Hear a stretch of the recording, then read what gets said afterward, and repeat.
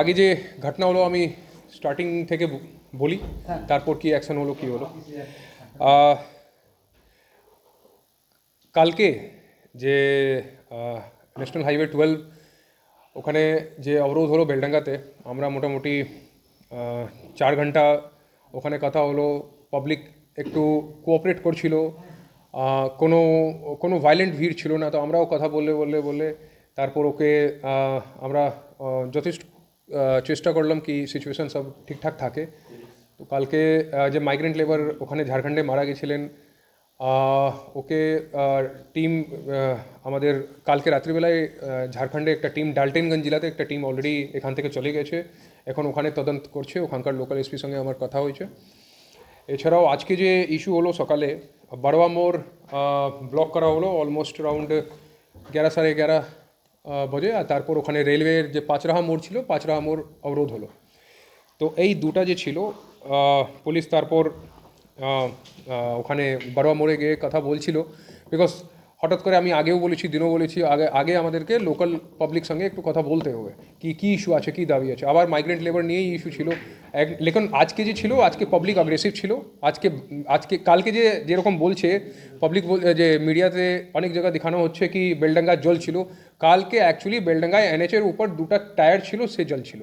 বেলডাঙ্গায় কোনো কিছু মানে কোনো জেনারেল পাবলিকে কোনো ইস্যু, কোনো ইঞ্জুরি হয়নি, কোনো বাস কোনো ট্রাক কারো ওপর কোনো অ্যাটাক কিছু হলো না। আমরা একটু পেশেন্স ধৈর্য ধরে আমরা কথা বললাম, কথা বলে তারপর যে অবরোধ ছিল ওকে তুললাম, ট্রেন অবরোধ তারপর তুললো। বাট আজকে স্টার্টিং থেকে পাবলিক অনেকটা ভায়োলেন্ট ছিল। আজকে যখন আমরা কথা বলছিলাম এর মাঝখানে ঢিল ছোড়াছড়ি চালু হলো, অ্যান্ড ওখানকার একটা এনবিএসটিসি বাস ছিল, ওর কাঁচ ভেঙে দিল। তারপর উই রিসর্টেড টু লাঠিচার্জ, আমরা লাঠিচার্জ করলাম। আর স্টোন পেল্টিং চালু হলো, পাথর ছোড়াছড়ি। তারপর আমরা কিছু গ্যাস, কিছু স্টেনসিল আমাদেরকে ফাটাতে হলো। ওখানে রেলওয়ে লাইনের উপর পাঁচরা মোড়ে অনেক ভিড় ছিল। তারপর ওখান থেকে যখন রেলওয়ের লাইনের যে পাথরগুলো আছে, পাথর যখন চার্জ করলো, তারপর আমরা উই অলসো রিসর্টেড টু লাঠি চার্জ और गैस गन वगैरह फायर करके ultimately situation was brought under control. আমরা তারপর পুরা বেলডাঙ্গা মিউনিসিপ্যালিটি, গ্রামের এরিয়া দিকে আমরা সব জায়গা ঘুরে এরিয়া ডোমিনেট করলাম। হার্ডলি মানে আধা ঘন্টা থেকে 30-35 মিনিট লাগলো, পুরো সিচুয়েশান একদম কমপ্লিটলি আন্ডার কন্ট্রোল এসে গেছিলো। তো এরপরে আমরা এখন কমপ্লেন কিছু সুমোটো কেস করব, আর কিছু যে বাস ড্রাইভার আছে, কিছু রেলওয়ে যে মতলব রেলওয়ে অথরিটি আছে ওদিক থেকেও আমরা কমপ্লেন পেয়েছি। আমরা অ্যাকর্ডিংলি যে লিগাল অ্যাকশন আছে এরপরে আমরা এখন পর্যন্ত টোটাল স্পট থেকে আমরা টোটাল 30 জনকে তুলেছি, 30। বিকজ কারো বাড়িতে গিয়ে রেড করা হয়নি, যাকে তোলা হয়েছে একদম স্পট থেকে, চাहे ও পাঁচরাহা মোড় চাहे বড়বা মোড়। তো স্পট থেকে এর মধ্যে 4-5 জন লিডার আছে যাকে তোলা হলো। और একটা ঘটনা বলবো, কালকে যে খুব একটা দুঃখের ঘটনা আমি বলবো। বিকজ যে মিডিয়া আমরা সবই কনসিডার করি media fourth pillar of democracy. এখানকার কিছু একটা অপ্রিয়, ডেফিনেটলি খুব খারাপ কালকে ঘটনা হলো। তো ওর মধ্যে আমরা অনেকটা চেষ্টা করলাম কি কমপ্লেন পাওয়ার জন্য, বাট কমপ্লেন হতে পারে উনি মেডিকেল ইস্যুতে একটু ইনভলভ আছেন। তো আমরা সুমোটো কেস করলাম, কেস করে আমরা এখন পর্যন্ত 4 জনকে ডিটেইন করেছি। ওখানে যে মেন লিডার ছিল ওর নাম আছে মতিউর রহমান, যে কালকে ও যে রেসপেক্টেড যে লেডি জার্নালিস্ট আছেন ওনার উপর অ্যাটাকের মধ্যে ইনি মেন। কালকে যখন আমি গিয়েছিলাম কালকে ওকে দেখেছিলাম, কালকে এমনি কথা বলছিল, লেকিন পরে আমি কিছু সোশ্যাল মিডিয়া থেকে আমরা পেলাম কি he was involved on that attack. ও মবকে লিড করেছিল, মতিউর রহমান।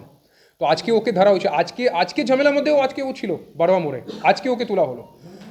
আর এছাড়াও আর 3 জনকে আমরা যে অনেকটা সোশ্যাল মিডিয়া বাইটগুলো সার্কুলেট করছি, ওখান থেকে আর 3 জনকে আইডেন্টিফাই করেছি যে কালকে ওই ঘটনার মধ্যে ছিল, আজকেও ছিল সেম বড়োয়া স্পটে, লেকিন কালকে কিছু করেনি।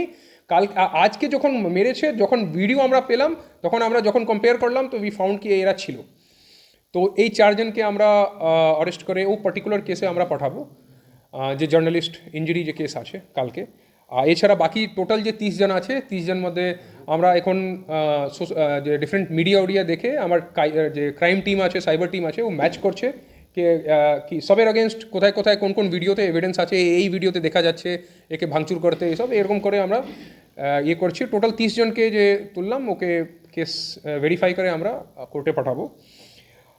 একটা লাস্ট কথা, এই যে রিগার্ডিং মিডিয়া, আপনারা জানেন আগে থেকেই আমরা স্পেশালি মুর্শিদাবাদ পুলিশ মিডিয়ার সঙ্গেই সবসময় চলে, আমাদের রিলেশন আগে থেকে খুব ভালো, খুব সুন্দর আছে। এই যে ঘটনা হলো, আপনাদেরকে একটা খুব খুব বিনীত আমাদের একটা রিকোয়েস্ট থাকবে, যখন এরকম সিচুয়েশন আছে, যখন পরিস্থিতি একটু খারাপ দিকে হতে পারে, সিচুয়েশন টেন্স আছে, তখন যখন আপনি যাচ্ছেন কভার করতে, আমি কালকে যে সিচুয়েশন জানাচ্ছি, কালকে দুজন সাংবাদিক, একজন এবিপি আনন্দ, একজন ক্যালকাটা নিউজ, দুজনকে আমরা আমাদের এসডিপিও বেলডাঙ্গা এনআইসি হারিয়ারপাড়া ওখানে দাঁড়িয়ে দুজনকে ওখান থেকে যখন যাচ্ছিল কথা বলতে, কিছু লোক হ হ হ করে একটু একটু মানে চেষ্টা করেছিল, ওকে বের করে সেভ করলাম। কালকে দুজনকে আমরা সেভ করলাম। এই ঘটনা হলো, we are also very sorry কি মানে কি একটা ঘটনা, এই খারাপ ঘটনা ঘটে গেল, but we have lodge a case, we have arrested.